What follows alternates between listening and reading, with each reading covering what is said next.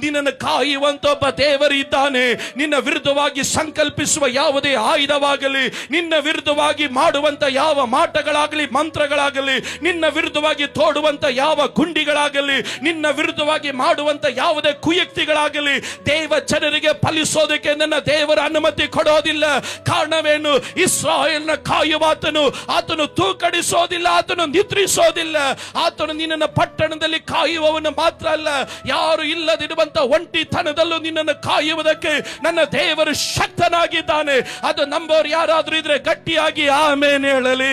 ನಾನು ಹೇಳ್ತೇನೆ, ಈ 2025 ಪಾಸ್ಟರ್, ನನ್ನ ಮುಂದೆ ಅನೇಕ ಒಂಟಿತನಗಳಿದೆ, ಅನೇಕ ತಿರಸ್ಕಾರಗಳಿದೆ, ಅನೇಕ ಅವಮಾನಗಳಿದೆ. ನನ್ನ ಮುಂದೆ ಹೇಗೆ ಹೋಗ್ಬೇಕಂತ ನನಗೆ ಗೊತ್ತಿಲ್ಲ, ಮುಂದೆ ಏನು ಎನ್ನುವುದು ನನಗೆ ತಿಳಿತಾ ಇಲ್ಲ ಎಂದು ಯಾರಾದ್ರೂ ಭಾರ ಪಡುತ್ತಾ ಇದ್ರೆ ನಾನು ಒಂದು ಕಾರ್ಯ ಹೇಳ್ತೀನಿ, ಕುದಿಯುವಂತ ಎಣ್ಣೆಯಿಂದ ನಿನ್ನನ್ನು ಬಿಡುಗಡೆ ಮಾಡಿದ ದೇವರು ರಣ ಹತ್ತುಗಳಿಂದ ಬಿಡುಗಡೆ ಮಾಡುವುದಕ್ಕೂ, ದುಷ್ಟನ ಕುಯುಕ್ತಿಗಳಿಂದ ಬಿಡುಗಡೆ ಮಾಡುವುದಕ್ಕೂ, ನಿನ್ನ ಒಂಟಿತನದಿಂದ ನಿನ್ನನ್ನು ಬಿಡುಗಡೆ ಮಾಡಿ ನಿನ್ನನ್ನು ನಡೆಸುವುದಕ್ಕೂ ನನ್ನ ದೇವರು ಶಕ್ತನು. ಎಸ್ ಪಾಸ್ಟರ್, ನನ್ನ ದೇವರು ಈ ವರ್ಷ ನನ್ನನ್ನು ಮಹಿಮೆಕರವಾಗಿ ನಡೆಸುತ್ತಾನೆ ಎಂದು ನಂಬುವವರು ಯಾರಾದ್ರೂ ಇದ್ರೆ ಅವರು ಮಾತ್ರ ಗಟ್ಟಿಯಾಗಿ ಆಮೇನ್ ಹೇಳಲಿ.